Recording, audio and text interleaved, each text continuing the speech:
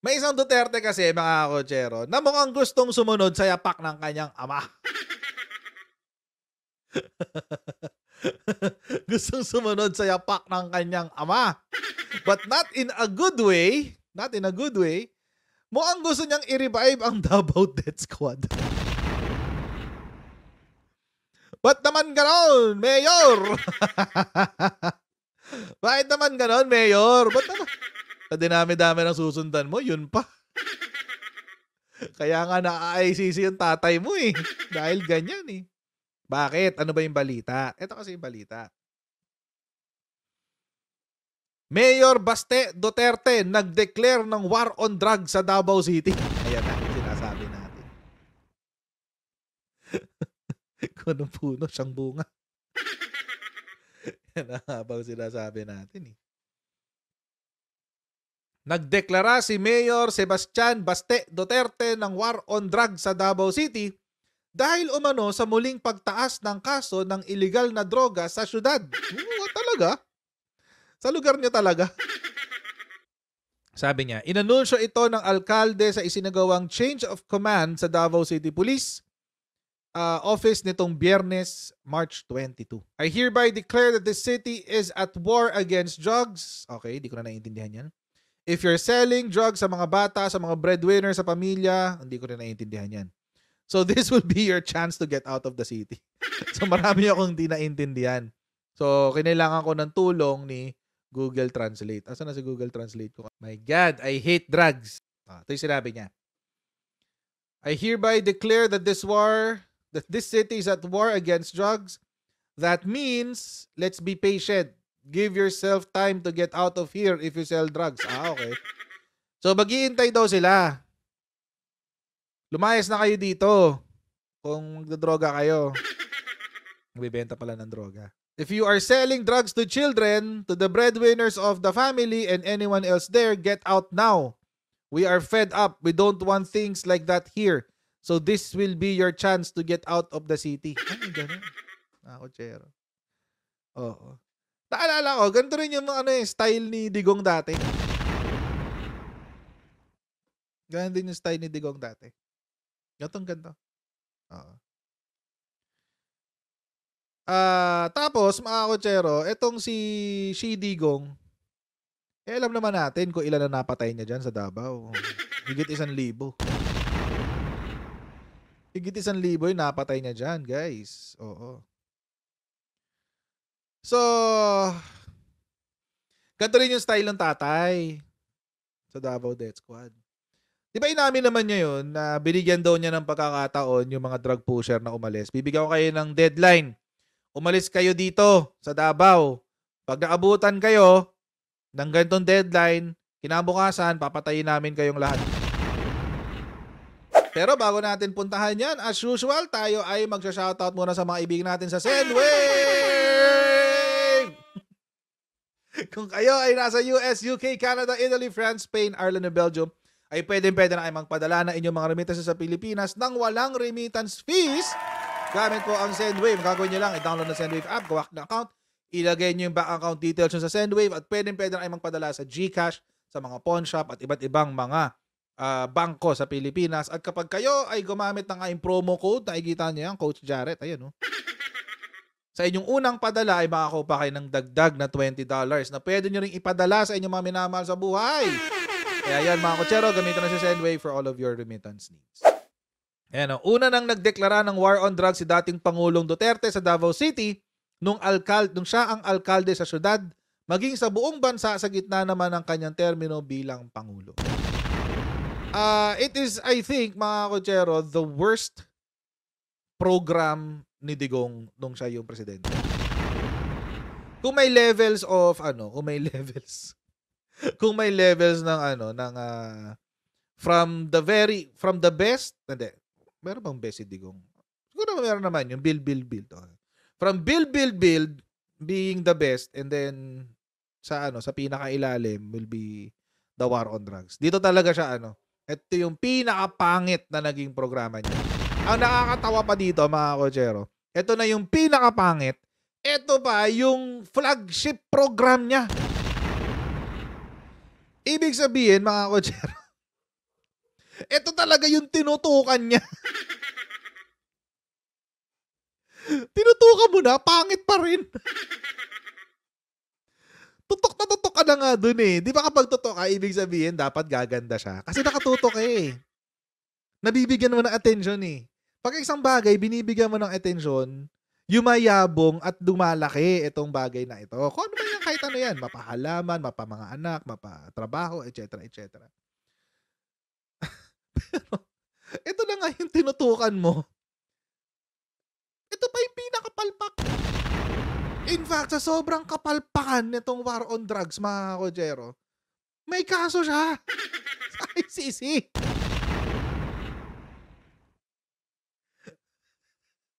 Tapos, itutuloy daw ng anak yung pinakapalpak ng tatay niya. Itutuloy daw ng anak yung pinakapalpak na programa ng tatay niya. Ito kayo nakakatawa guys eh. Di ba nag-declare siya ng war on drugs? Declare war on drugs. A few hours later, may patay agad. Talaga naman. Anong puno siyang bunga. May patay agad. Ayan, patay agad. 12:56 a.m. Saturday when an alleged drug pusher was killed in a buy-bust operation in Barangay Communal in Buhangin. Bilang na tayo guys ha. May 1 na. Meron ng 1. 12:56 a.m. Pagkatapos i-announce ni Baste, may patay agad. Buena mano, sabi ni Nelson. Buisit na yan. Tawag dyan, buena mano, coach. Wag ganon. Namatay na nga eh. Pinagtripan mo. Duterte cited reports from barangay captains but did not disclose which barangays recorded rampant drug abuse. Talaga? Sa panahon mo? Imagine, 1 taon at kalahati pa lang siyang mayor, kalat na agad ang drugs. Sa Davao pa. Anong ginawa mo sa 1 kalahating taon, boy? Hello, ICC 1-0 na.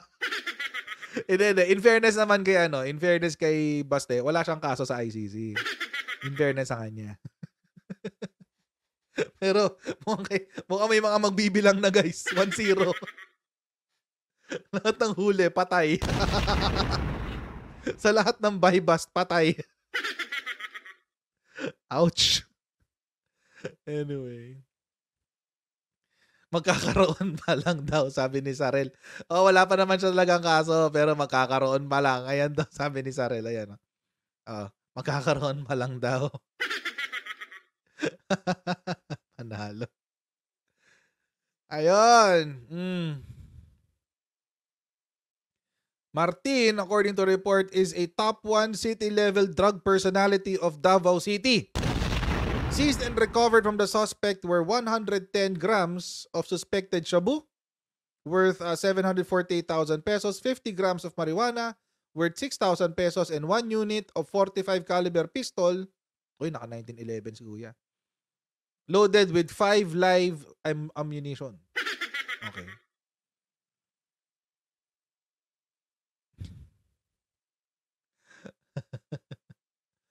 Ayan, Ito may translation po. Tomorrow, get out of here. Tomorrow, pack your things and get out. If you will not leave, I will not stop. I will kill you. Sabi ni Mayor.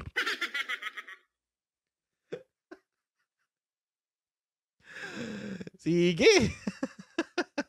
Happy kayo dyan eh. Nakanantipak lang. Talaga? Uulitin mo talaga yung pagkakamali ng tatay mo?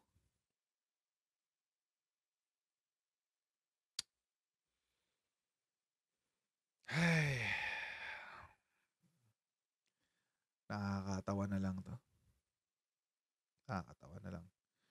Ano ba yung nangyari sa drug war ng Davao? Blood and benefits. Duterte imposes his hometown formula on the Philippines.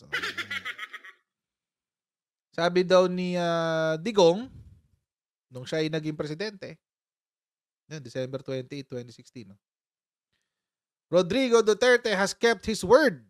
Sabi niya, forget the laws on human rights. He declared in May at his final presidential campaign rally in Manila, if I make it to the presidential palace, I will do just as I did as mayor. You drug pushers, hold up men, and do nothings. You better go out because I'd kill you. Kuhang-kuha. Kuhang-kuha. So mukhang magkakaroon naman tayo ng bagong violator ng human rights. Pero may mga comment dito yung mga taga Davao. Hindi lang naman Kasi tayo, lalabas tayong Davao eh. So hindi natin alam kung ano talaga yung nangyayari dyan. Pero may mga reaksyon yung mga taga Davao. Yung isa, sabi, okay daw yun. Kasi hindi raw kakalat yung drug sa lugar nila. Oo. Tapos, ito namang isa, sabi, baka maraming mamatay tulad nung panahon ng tatay niya. Nahiya ka pa. Sana tinuluyan mo nang sabihin.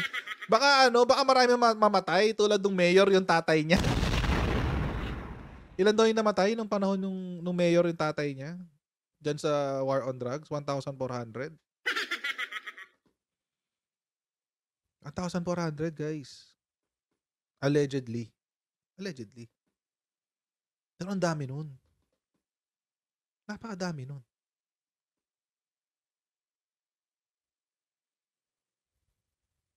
Sabi. Tayo pa rin isa. I'm tired of hearing I will kill you. There are many ways of disciplining people. Kapoy kaanang patayon tamo.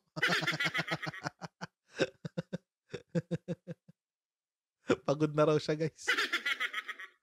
Kapoy gyud. Actually, kasi alam niyo kung ba't nagsawa na yung mga tao dyan? Nagasgas eh. Nagasgas nung tatay eh. Tapos, ito pa yung matindi. Nagasgas na nung tatay, walang nangyari. Walang nangyari. May nangyari ba? Doon sa war on drugs ni Digong? Wala.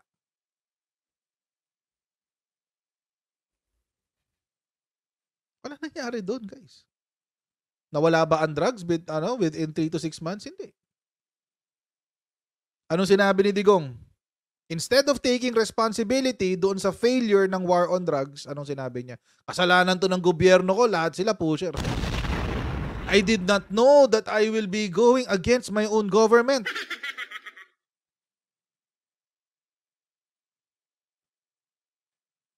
Talaga? Excuses. Doon natin ibabase yung yung success or failure mo sa excuses. Parang may mali yata doon. Tingnan niyo yung epekto ng drug war sa nationwide drug war ni si Digong. 6,252 drug suspects ang patay. Alam niyo mga kutsero, conservative pa to kasi ito yung numero na nanggaling sa gobyerno. Yung yung numero na pinagbabasihan ng ICC galing yun kay Krappler. Yung 30,000 something. Na hindi naman natin alam kung paano siya nag-arrive doon sa ganung computation. Kaya ang weird nun, guys. Hindi ako naniniwala doon sa computation ni Krappler. Masyadong marami yun. 30,000? 30,000 talaga? Ibig sabihin, lahat ng krimen na nangyari sa Pilipinas, isinama mo doon sa drug war? Lahat ng murder, lahat ng homicide, kahit hindi related sa drug war, isinama mo doon sa bilang? Come on. Wag kami. Pang-uuto na yon. Diba? Pang-uuto na yon. Pero 6,252, ito yung official. And even with the official, this is way too many. Napakarami nito. Sa official count.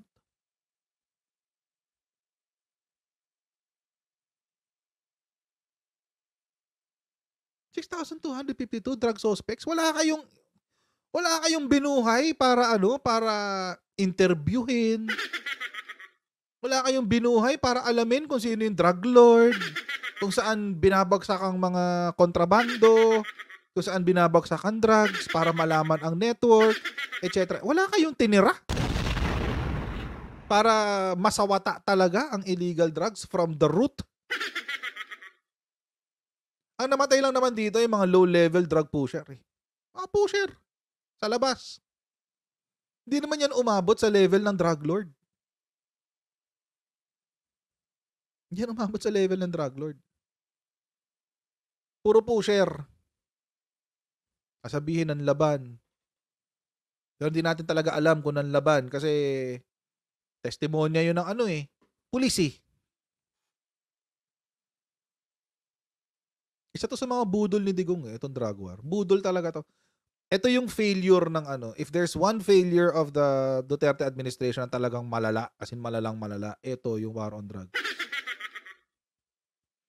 Promise.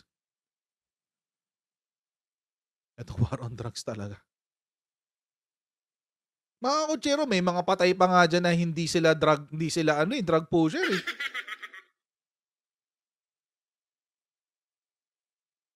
Ilang beses ko na nakwento to, pero meron ako nakatrabaho before. Yung tatay niya, inambush sa bahay. Sa tindahan nila. Kasi may nag-submit ng pangalan niya doon sa listahan ng mga ng mga drug pusher daw. Hindi naman siya drug pusher. May kagalit lang. May galit sa kanya. Inilagay yung pangalan doon sa listahan doon ng mga pusher. Ayun, binaril, pinagbabaril sa bahay. 4 na tao pumaril. War on drugs daw.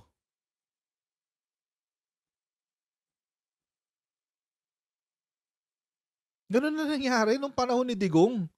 Shoot now, ask questions later. Diba? Shoot now. Ask questions later. Pwede naman kasi nating mapeke yung sagot eh.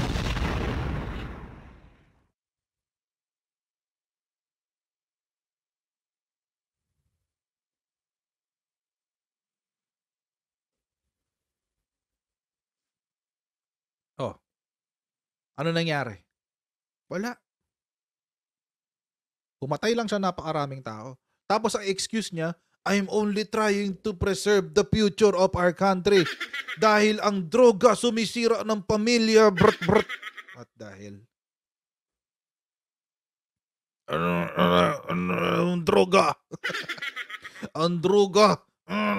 Sumisira ng pamilya. Nakita niyo yung video nung recent sa rally? Nakakatakot no, parang na-stroke si Digong. Nabitawan niya yung mic na gano'n, nanginginig siya. Grabe. Anyway.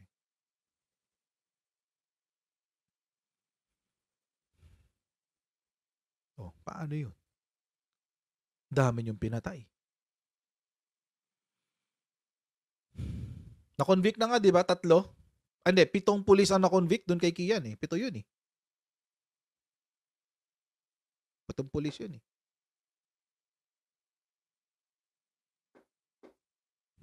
Tapos meron pang isa, yung kay naman. Kalimutan ko isa pangalan. Basta 2 yun. Convicted yung mga pulis. Dead men tell no tale. Diba?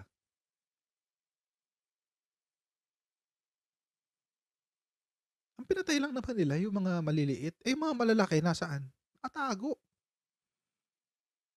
Tingin nyo ba yung kay Mayo? Yung nahuling 1 billion, almost 1 billion pesos worth ng drug sa isang pawn shop. Tingin nyo ba hindi alam ni Digong yun? It's impossible na hindi nila alam yun. Bakit? Tinapon siya ng Mindanao eh. Di ba nagka-problema na yun, sabi? Umamin yung Napolcom yata ang umamin. Naimbestigahan na raw nila. Tinapon daw yun sa Davao nung panahon ni Digong dahil may mga kaso. Binalik lang na Manila nung bumaba na si Digong. Pagkabalik na Manila, nahuli na merong 1 billion pesos worth of drugs doon sa kanyang pawn shop. Ayan pa, Peter Lim. Si Peter Lim.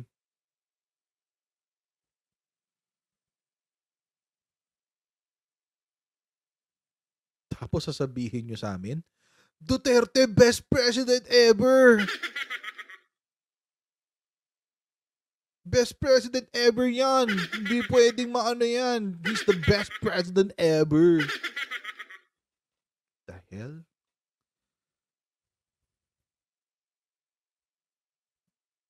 Ayun, si Senator Bato daw ang nagbulgar kay Mayo. O, see? Master strategist, art of war. Oo.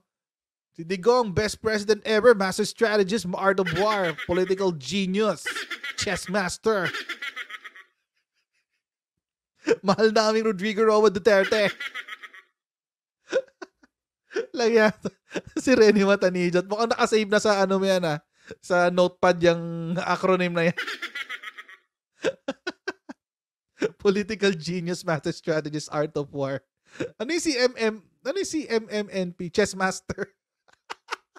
Chess master, mahal na yung Pangulong Duterte. GD ko. Eto, yan si Rene Matanijot. Ginawa ng acronym. Panalo.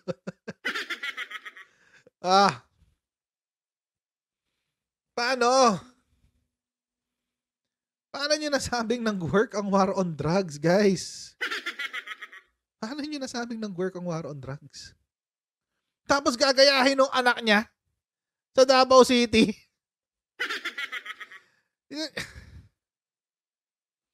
It tells me, mga kutsero, it only reveals the level of intellect these people have.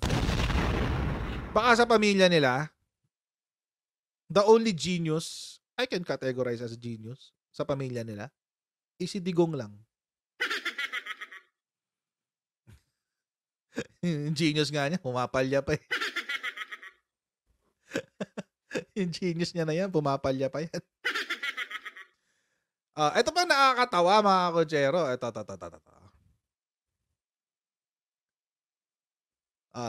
Nami-miss nyo na ba si Roque?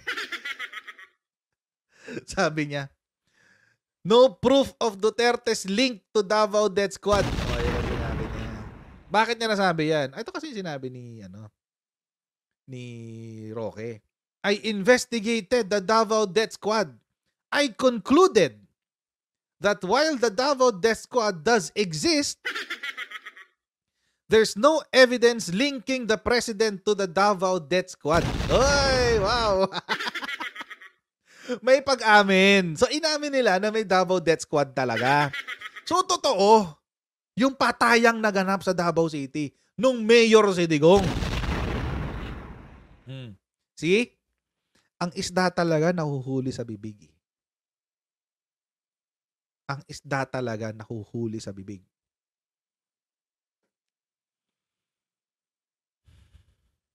Inamin nila na nung panahon ni Digong, may Davao Death Squad. Panahon ni Digong. Pero, take note, merong caveat. There's no evidence linking the president to the Davao Death Squad. Oo. Hindi. Totoo yun, meron talagang Davao Death Squad. Pero, walang connection dyan si presidente. Really? Tumagal ng ganong katagal ang Davao Death Squad at walang ginawa si Digong? Even if walang link sa kanya, well, that is gross negligence of his duty as a mayor of Davao City.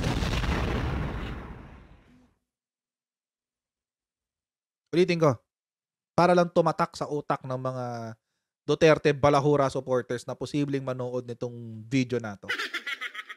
Sabihin na natin, wala talagang koneksyon ang Davao Death Squad kay Shi Digong. Hinayaan niya yun na tumagal? Hindi niya pinaimbestigahan? Hindi niya pinahuli? Hindi niya pinakulong? Bakit? That is, in my opinion ko lang naman, a gross neglect of his duty as mayor of Davao City.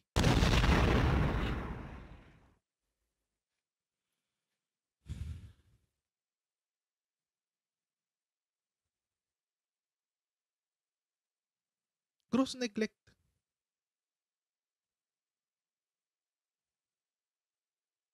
Praise the Father. Praise the Father. Praise the Father. Saan yung praise the Father? Ba't meron praise the Father? Natawa naman na nawala ako sa momentum ko talaga. Praise the Father daw. Ay, nako. Praise the Father. Ang mga taga SMNI. Naisip ko na. Yung mga taga SMNI nga pala. Puro praise the Father. Sa mga chicks ni Pacquiao. Sabi ni Ronald Osorio.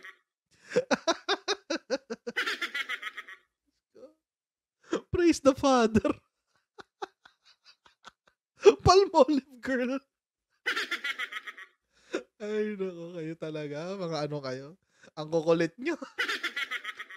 Natawa naman ako doon. Kay Direk Freddy Valera. Okay. Praise the Father. Ay, nako. Anyway. Natawa naman ako doon, props. Ay, anyway. Hindi na mawawala sa utak ko yan. Direk Freddy, pag ginamit ko yung Praise the Father, huwag mo copyright, ha? Praise the Father. Lagya. Ay, nako. Anyway. Going back sa topic natin. Medyo na ano ako doon. Na off track ako doon, ha? Anyway. Sabay-sabay pa kasi yung comment. Praise the Father, praise the Father.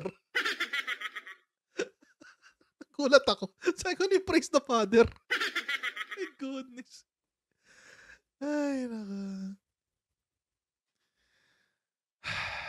Wait. I need to compose myself. Ay, going back. Ayun na nga.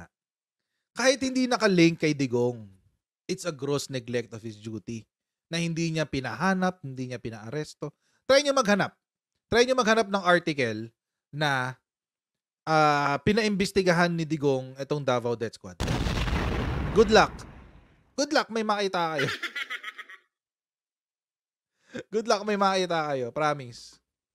I tried. O baka kailangan hanapin ko pa yung mga luma pa, yung mga panahon pa ng 2003, 2004, mga ganun. Oo, hindi ko alam. Baka ganun kahatagal. Pero, ayaw ko lang. Try nyo. Kung may mapakita kayo sa akin, di maganda. Pero ako, wala akong nakita. Kung may pakita kayo, di maganda. Di meron, kahit isa. Di ba? Kaso baka sobrang luma na nun, di ba? Diyos ko. Anyway, alam niyo kung ano pang masama? Eto. Ano sabi niya? Ni Sarah. Ano sabi niya?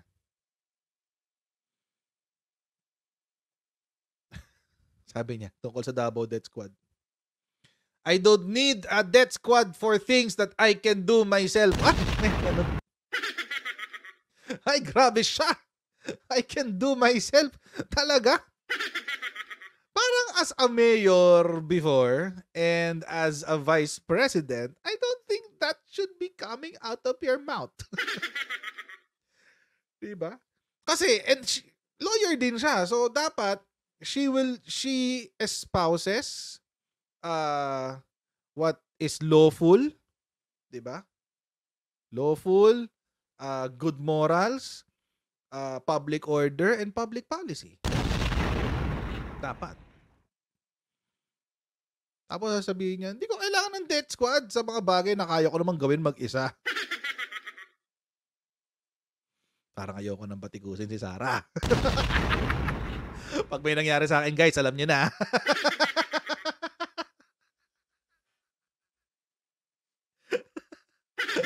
Praise the Father.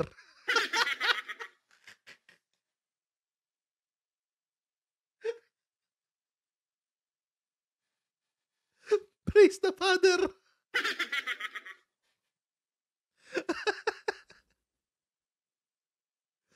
Ayop. Syukran.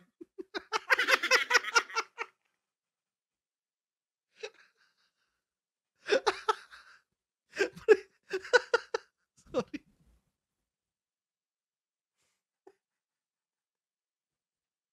Sorry na. Sorry na, mabubisit na naman mga tao sa akin. Tawa daw ako ng tawa. Diba? Praise the Father. Syukran. Ay, nako. Enough. Mabubisit na naman mga tao sa akin. Puro daw ako tawa eh. Wala, hindi raw ako nagla-live. Puro tawa lang daw ang ginagawa ko sa live. Ang dami namang gustong ang dami namang gustong makarinig ng tawa ko, 'di ba? Sa YouTube, wala ba sa YouTube? Sa YouTube, 2,863 sa YouTube ang gusto makarinig ng tawa ko. Ang swerte ko naman.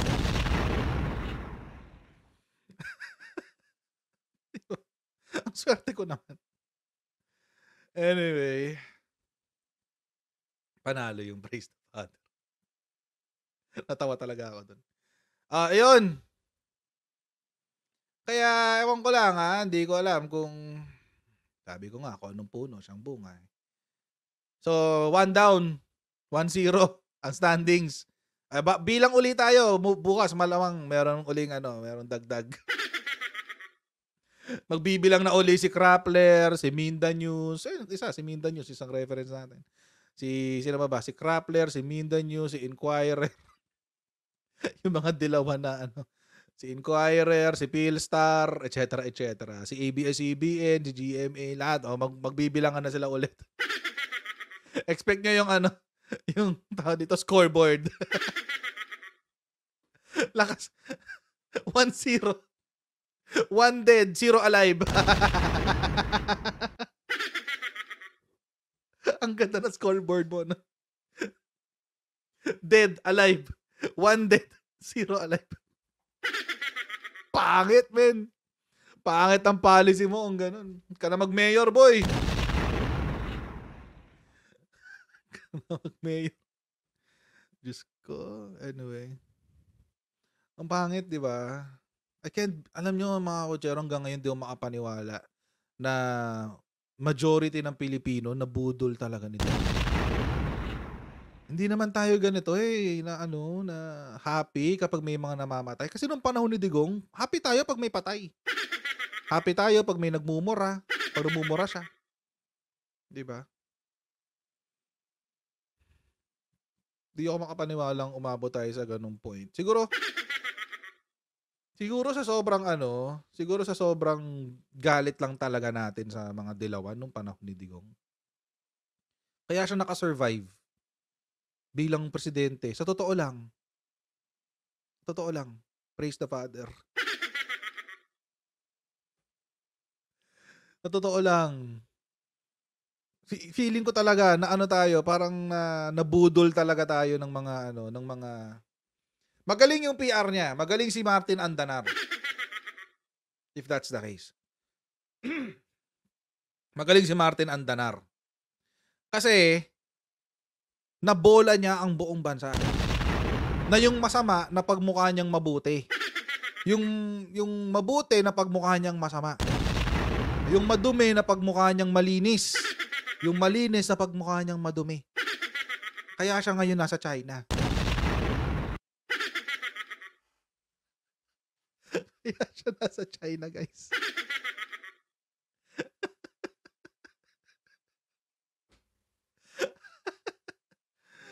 Ay, naka. Praise the Father.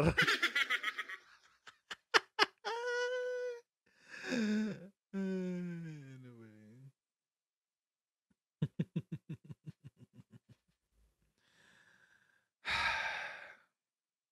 Grabe. Nabudol talaga tayong buong bansa ay nabudol nun, promise. Feeling ko talaga ginamit lang talaga nila yung sobrang galit ng mga Pilipino sa mga dilawan tsaka sa CPP, NPA. Kaya nag-survive sila ng 1 year, ng 6 years.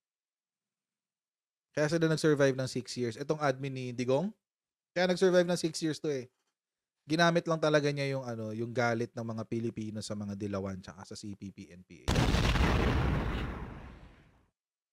But other than that, Other than that, there's really nothing he's offering. He did not offer anything new. He did not offer anything that is a breakthrough. His leadership is mediocre. Real talk lang. His leadership is really mediocre. Magaling ang PR niya. Magaling si Martin, magaling si Roque. Magaling sila mang bola.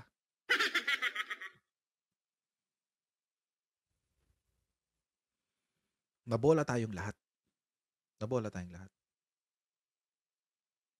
Oh, naalala ko yun, Monmon, yung sinabi niyang good propaganda. Naalala ko yun. Good propaganda. So, ewan ko lang. Sana mas marami ng mahimasmasan ngayon. Magaling din mga vloggers niya. Exactly. Magaling yung mga vloggers nila before. Ikaw ba naman, pagsalitaan ka ng abogado na ganito di ba? Lahat ng argumento nun, puro appeal to authority. Naalala nyo yun before? Lahat ng argumento nun, puro appeal to authority. Sabi ng abogado, ganito. Sabi ng ganito, ganyan. Sabi ng international relations expert, ganyan. Na pag piniwala tayong lahat, di na tayo tumingin sa sources. Hindi na tayo tumingin sa ibang sources. Sinabi na ng expert di ba? Lahat ng argumento, appeal to authority. Hindi na tayo nag-research.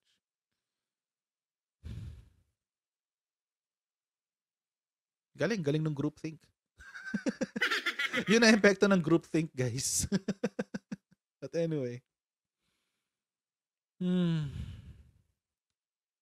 na natin. It happened. It happened already.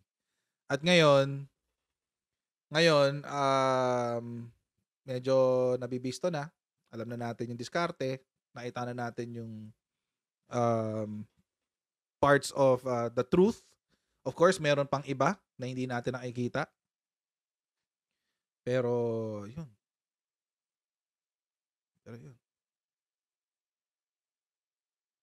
Yun ang epekto ng personality politics. Ang tawag sa English diyan, personality politics. Yung yung politika mo nakabase hindi sa ideolohiya na pinaglalaban mo, kundi sa tao na iyong sinusuportahan.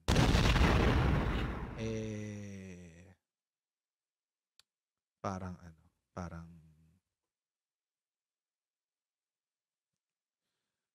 ayoko nung ganun I've never been like that.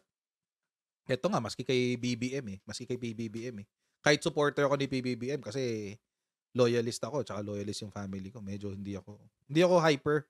Alam na, ng mga audience ko dito, hindi ako hyper loyalist. May mga bagay na hindi ko gusto kay BBM. Pero I won't go to the point of libeling the administration just to spite the administration. Kasi damay tayong lahat Ba't ko dadamay yung buong Pilipinas sa issue ko sa isang tao? Diba? So yun, I'll see all of you tomorrow sa ating next Coach Jared Live. God bless all of you. Don't forget to like, share, and subscribe. And see you next time, guys. Bye!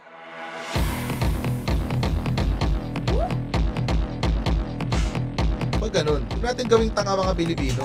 Mas maganda kasi nasa lugar ka ng tama kaysa yung pinipilit mo yung pagkakamali.